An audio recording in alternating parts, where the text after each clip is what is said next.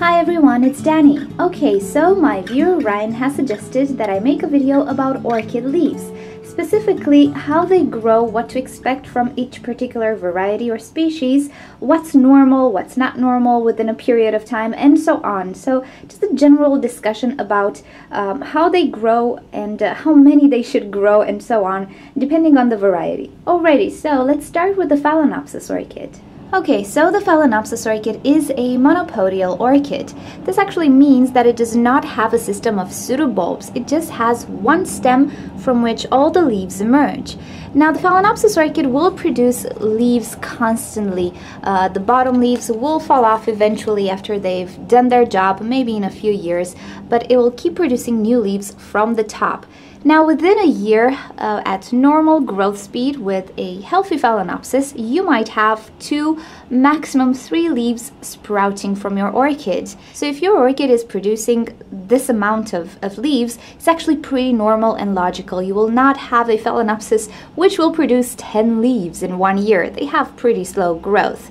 In any case, if you have a sick orchid, you might only have 1 leaf produced. If the orchid does not bloom in a season, it skips the season, you might have even more leaves growing within a period of time. But in any case, 2 to 3 leaves is practically very normal for a Phalaenopsis. And if your orchid does not produce 10 leaves, don't worry, it's very, very normal.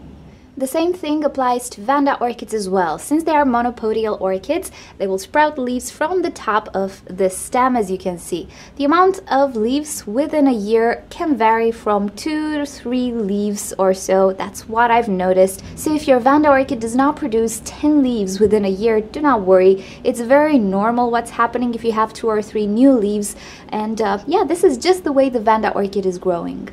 Paphiopedilum orchids, on the other hand, although they have pretty slow growth, they will maybe put out more leaves within a year, depending on your Paphiopedilum. So anywhere between 2 to 4 leaves per year is a normal growth speed for a Paphiopedilum orchid. Again, just because they are slow growers, and also they have a different blooming pattern than a Phalaenopsis. They actually produce what we call the terminal spike. They produce the spike from the center of the orchid, and then the old orchid, the mother plant, practically does not grow anymore, but it produces these offshoots. So it is a slow-growing orchid, but it kind of grows a little bit faster than a Phalaenopsis, simply because the mother plant, unlike the Phalaenopsis, will die off, will not continue growth, but it will put its energy into producing these tiny offshoots, which in 1 year can produce up to 4 leaves. Okay, now let's move on to Oncidium orchids and other orchids which produce a network of pseudobulbs. Now, with Oncidiums and intergenerics, there is such variety that I cannot really give you a normal leaf count. If you want, it will depend on your particular variety. So you can have Oncidium orchids which will produce 5 leaves, let's say 1, 2, 3, 4, 5, but also you can have Oncidiums which will produce more leaves. You might have 2 leaves here on the top of the pseudobulb. What remains the same is that you will always have leaves on each side of the pseudobulb and 1, 2, or 3 leaves on the top of the pseudobulb. With most Oncidium and Oncidium intergenerics, this is what happens. And when they grow, you will see these leaves forming, as you can see here. Now, this orchid does regenerate as well, so in time the old pseudobulbs will probably lose their leaves, which is not a reason to worry as long as you still have productive pseudobulbs, which produce new shoots. Everything is fine. This is just how this orchid is growing, and within a year you can have 1 pseudobulb forming, usually 1 per mother pseudobulb, but you can also have 2 per mother pseudobulb. It just depends on the orchid, on the care it receives, and so on. Usually they take anywhere between 6 to 9 months to 12 months to mature, depending on the health of the orchid and yeah, other genetic reasons. But most probably this is the leaf count you will find in any Oncidium orchids. Do not expect a bush unless you have lots and lots of pseudobulbs. Otherwise, it's pretty normal to have 5 to 7 or 8 leaves on 1 pseudobulb. Now, Callia orchids, unlike Oncidium orchids, do not produce that many leaves. You still have pseudobulbs, as you can see, but most probably you'll have leaves only on the top of the pseudobulb. whatever other leaves you might see when the pseudobulb is forming, they're just sheaths and eventually they will dry off. So you will only be left with the leaves on the top. Now, because Calea orchids again are a very hybridized species and you can have quite a lot of variety, you might have Calea orchids which only have one leaf on the top of each cane. So do not worry if you only have one leaf on your Calea orchid. It just depends on the variety. But also you can have Calea orchids which are bifoliate and they can actually produce two leaves on the top of each cane. This again is a genetic trait, and because of hybridization you can have a Calea orchid which in one season produced a pseudobulb with only one leaf, and then the next season a pseudobulb with two leaves. It's a genetic anomaly that sometimes happens with Calea orchids. But I never seen a Calea orchid with more than two leaves on the top. There might be some hybrids, some weird hybrids out there, I just never saw them.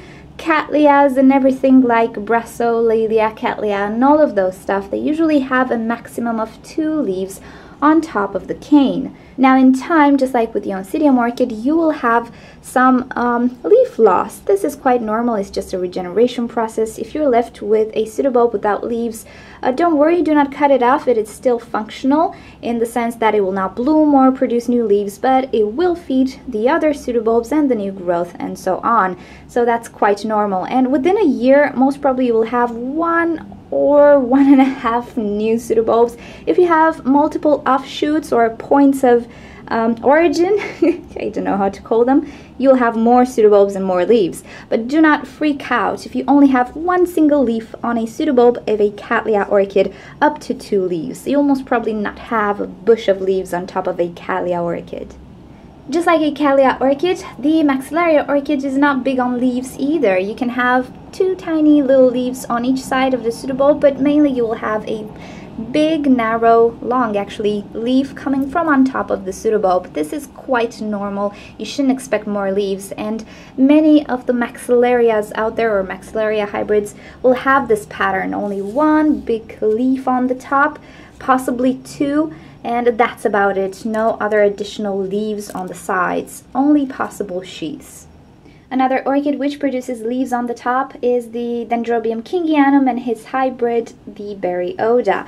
As you can see, I have quite tall pseudobulbs, but they're leafless at the base. They only have anywhere between 2 to 4 leaves on the top of the cane. It's normal for this type of Dendrobium. It should not have any more leaves than that. So if you have this type of Dendrobium in your collection and you're worried that it's not producing enough leaves, don't worry. It's quite normal if you have anywhere between 2 to 5 leaves maximum per cane. Dendrobium nobile orchids will, however, have an undefined leaf count. It just depends how tall the cane is. I'm not sure if this is a good example, maybe this is better. On the cane, on each side of any node, you'll have these leaves forming. So you will have anywhere between, I don't know, 6 to 15 leaves on a Dendrobium nobile. It just depends how tall the cane is. Anything is normal. And also what's normal is that in the rest period, you might actually lose some of the leaves. They're not necessarily deciduous in the correct sense of the word, but they do lose these leaves in time. So if your nobile type Dendrobium starts to lose its leaves, especially on the old canes, don't worry, that's pretty normal.